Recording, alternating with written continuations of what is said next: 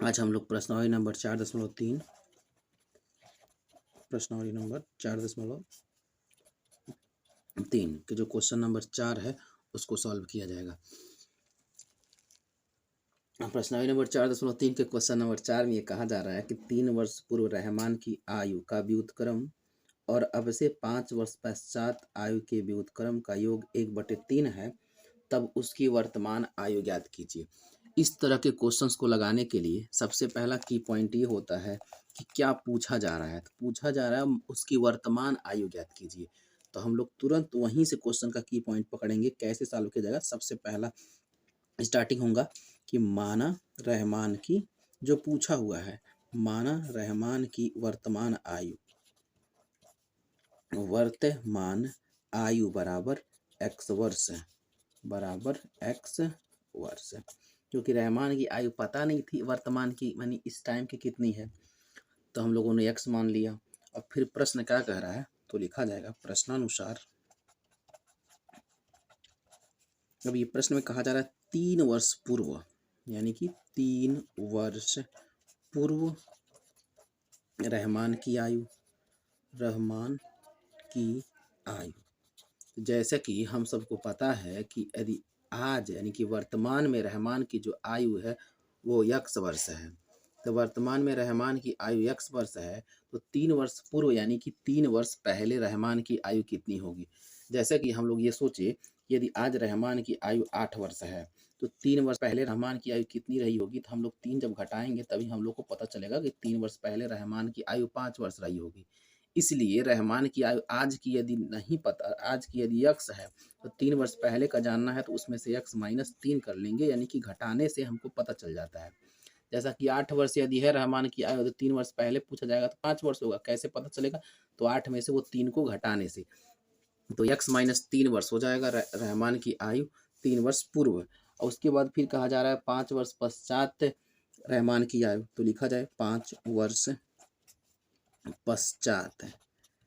पश्चात रहमान की आयु। तो रहमान की आयु जो हो जाएगी, अब x है और 5 वर्ष पश्चात, यानी पश्चात कहे या फिर बाद कहे, तब हम लोग आयु को जोड़ लेंगे। जैसे कि आपसे पूछा जाए कि यदि आज रहमान 8 वर्ष का है तो 3 वर्ष बाद कितना हो जाएगा। 3 वर्ष बाद पूछा जा रहा है, तो इसमें 8 + 3 जोड़ लिया जाएगा तो 11 वर्ष हो जाएगा। चाहे 8 वर्ष का है, 5 वर्ष पश्चात कितना होगा, तो 8 × 5 = 13 वर्ष का हो जाएगा। इस तरह से जब बाद की बात की जाए तो प्लस कर लेते हैं, जब पूर्व की बात की जाए तो माइनस कर लेते हैं। तो पूर्व का मतलब माइनस, और पश्चात या बाद रहे उसके लिए प्लस। ये अब ये हो गया। अब कहा जा रहा है कि 3 वर्ष पूर्व रहमान की आयु का व्युत्क्रम और 5 वर्ष पश्चात रहमान की आयु का व्युत्क्रम, यानी कि दोनों के आयु का व्युत्क्रम। व्युत्क्रम क्या होता है? यदि कोई पूछा जाए कि 2 का व्युत्क्रम कितना होगा, तो बोला जाएगा 1/2।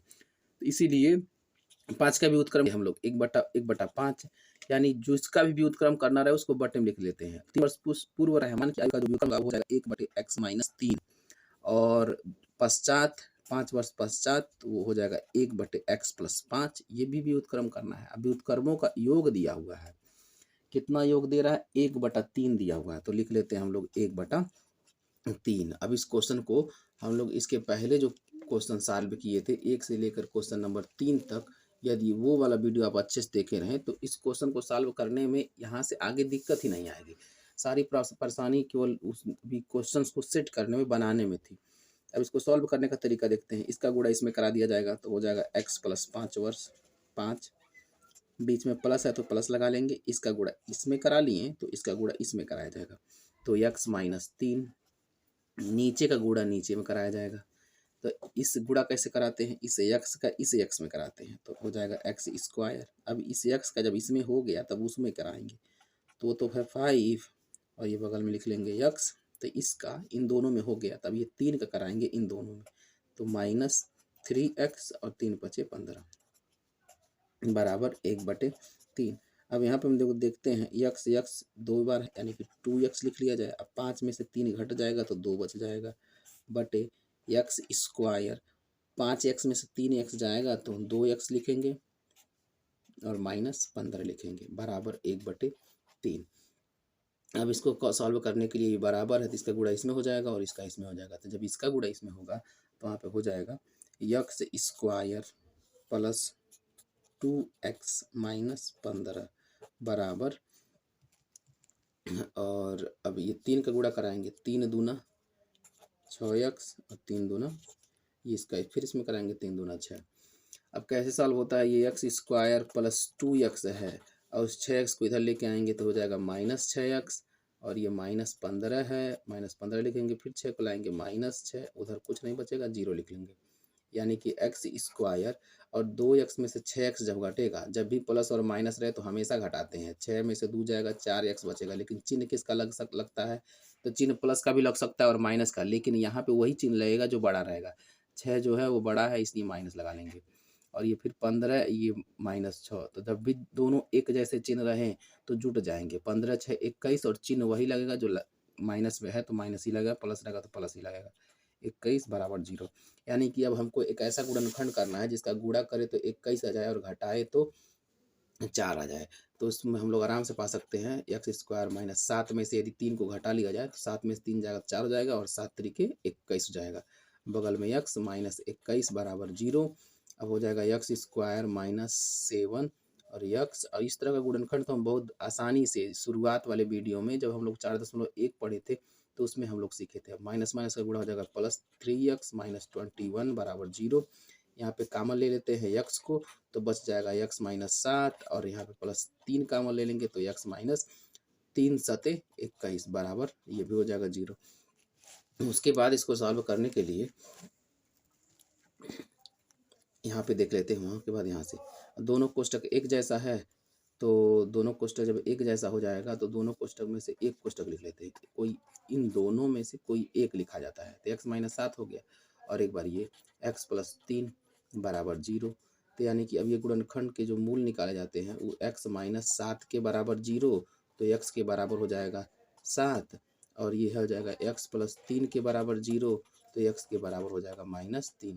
तो जो माइनस में आता है वो काल्पनिक होता है, और जो प्लस में रहता है वही वास्तविक होता है।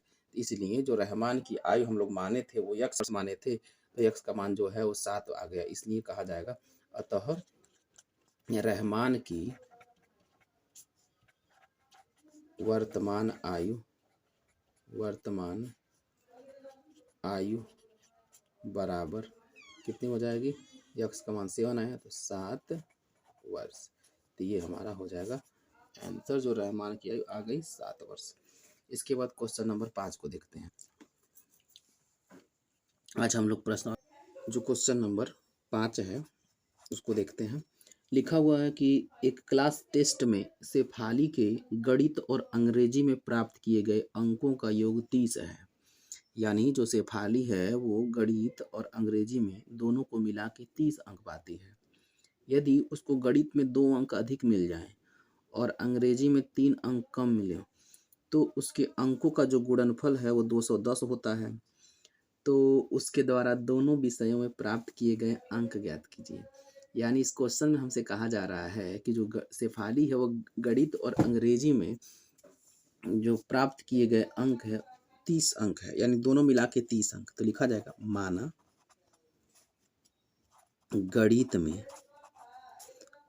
गणित में प्राप्त किया गया अंक। तो गणित में प्राप्त किया गया जो अंक है वो हम लोग नहीं जान रहे हैं, और ना ही हम लोगों को पता है कि वो अंग्रेजी में कितना अंक पाई है, लेकिन ये पता है कि गणित और अंग्रेजी दोनों मिला के वो 30 अंक पाई है। तो माना शेफाली के द्वारा गणित में प्राप्त किया गया अंक हम मान लेते हैं कि कुछ पाई होगी, यानी गणित में एक्स पाई हो। तो जब गणित में एक्स पाई होगी तब अंग्रेजी में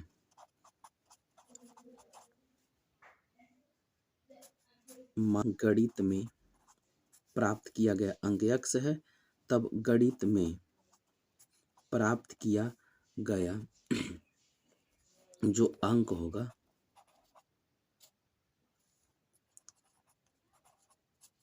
गणित में प्राप्त किया गया अंक। अब यदि ये कहा जाए कि शेफाली, यदि अनुमान लगाया जाए कि शेफाली गणित और अंग्रेजी में 30 अंक दोनों को मिला पाती है, यदि हम कहें शेफाली ने गणित में 18 अंक पाए तो अंग्रेजी में कितना पाए, तो जनरली हम सबको पाएंगे कि उसमें 12 नंबर पाई होगी, क्योंकि दोनों को मिला के 30 हो रहा है। लेकिन ये 12 कैसे पता चलता है? जो टोटल दिया हुआ है उस टोटल में से जो गणित में प्राप्त अंक हम लोग जान गए कि 18 है, तो 30 में से 18 को घटा देंगे तो 12 आ जाएगा। तो ये जो 12 है वो अंग्रेजी का मिल जाएगा। इसी तरीके से यदि गणित में प्राप्त किया गया अंक यक्स है और कुल अंक यदि हम लोग जान गए हैं 30 है, तो उस 30 में से इस यक्स को घटा दिया जाएगा, तो हम लोगों को अंग्रेजी में प्राप्त हुआ अंक पता चल जाएगा। जैसे कि यदि दोनों विषयों में मिला के 30 अंक है और हम ये कहें कि गणित में शेफाली 18 अंक पाई, तो अंग्रेजी में कितना पाई? तो जनरली हम लोग 30 में से 18 घटा दें तो बाहर आएगा, तो अंग्रेजी में प्राप्त किया हुआ अंक हो जाएगा।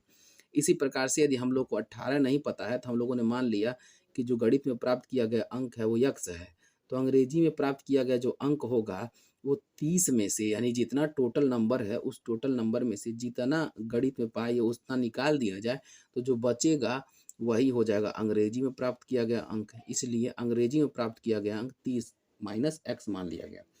आगे फिर कहा जा रहा है क्वेश्चन में कि यदि वो गणित में 2 अंक अधिक पाती, तो प्रश्नानुसार गणित में 2 अंक अधिक, तो जो गणित है वो उसका अंक यक्स है। गणित में 2 अंक अधिक होने पर, यानी गणित में 2 अंक अधिक पा रही है, तो गणित में जब 2 अंक अधिक हुआ तो यक्स पहले है और उसके बाद 2 अंक अधिक यानी एक्स प्लस 2 हो जाएगा। फिर कहा जा रहा है कि अंग्रेजी में 3 अंक कम मिले, तो लिखा जाए अंग्रेजी में 3 अंक कम होने पर, तो पहले जो अंग्रेजी में का जो अंक था वो 30 माइनस एक्स था और उसके बाद उसमें कहा जा रहा है 3 अंक कम हो जाए तो -3 और लगा दिया जाएगा। तो जो ये नंबर आएगा 30 में से 3 जाएगा 27 माइनस एक्स हो जाएगा। तो यानी कि हम लोग को गणित में प्राप्त किया गया अंक x प्लस 2 हो जा रहा है और यहाँ पे 27 माइनस एक्स हो जा रहा है। तो कहा जा रहा है इनका गुणनफल, यानी कि जो ये 2 अंक अधिक और 3 अंक कम मिला है उनका गुणनफल यानी कि जो ये गणित में 2 अंक अधिक मिला है यानी x प्लस 2 और जो अंग्रेजी में 3 अंक कम मिला है जिससे हो गया है 30 से 27 माइनस एक्स, तो इनका गुणनफल है वो दिया हुआ है 210। तो हम लोग लिख लेते हैं बराबर 210।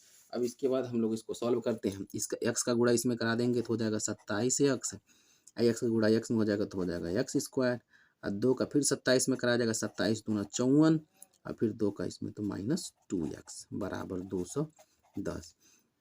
अब यहाँ पर हो जा रहा है माइनस घात को, जो सबसे बड़ा घात है उसको पहले लिखते हैं, माइनस एक्स स्क्वायर, ये 27 एक्स में से 2 एक्स जाएगा तो प्लस 25 एक्स प्लस 54 यहाँ पे है, 210 को इधर ला लिया जाए तो -210 बराबर 0, यानी कि माइनस एक्स स्क्वायर और प्लस 25 एक्स और 210 में से 54 को घटा दिया जाएगा। जब 210 में से 54 को घटाया जाएगा तो बच जाएगा ये -156 बराबर 0। तो इस माइनस को यदि हम कामन ले लें तो ये माइनस कामन लेने के बाद बचेगा एक्स स्क्वायर माइनस 25 एक्स और प्लस 156 बराबर 0।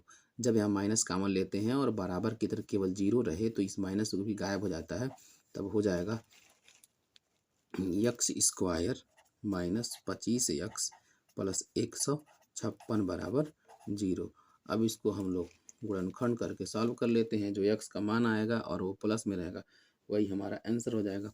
तो गुणा करने से आ जाए 156 और जोड़ने से आए 25, तो इसका फैक्टर क्या हो सकता है? तो एक्स स्क्वायर माइनस, इस फैक्टर को पता करने का तरीका भी हम बताए थे कि 156 में से को डिवाइड पहले काटा जाएगा 2 से, फिर उसके बाद देखते हैं 2 से कट रहा है कि 3 से कट रहा है, तो ऐसे काटने के बाद पता चल जाता है। तो वो सब चीज़ें जाननी रहे तो इसके बेसिक यानी इसके पहले वाली वीडियो को ज़रूर देख लें, जिससे ये पता चल जाएगा। तो इसका यहाँ से आगे तो हमको बनाना ही नहीं पड़ेगा, वीडियो आराम से हो जाएगा। तो हम लोग देख लेते हैं, जो 13 है और 12, 13-12 जोड़ेंगे 25 हो जाएगा और 13 और 12 का गुणा करा दीजिएगा तो 156 हो जाएगा, यानी कि -13 एक्स और -12 एक्स प्लस 156 बराबर 0। यहाँ पे कामन ले लेंगे एक्स तो बचेगा एक्स -13 और इन दोनों में कामन ले लें यदि -12 तो ये अक्स और 12 से ये कट जाएगा तो हो जाएगा -13 बराबर 0।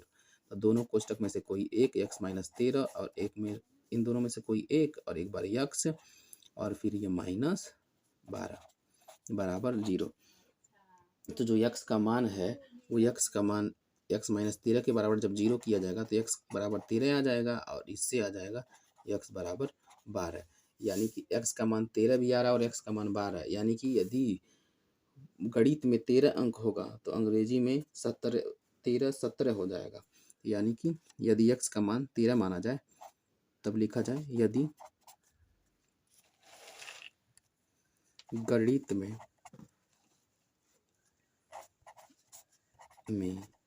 13 अंक हो तो अंग्रेजी में, अब 30 अंक था तो गणित में जब 13 है तो अंग्रेजी में जो अंक होगा वो 17 हो जाएगा।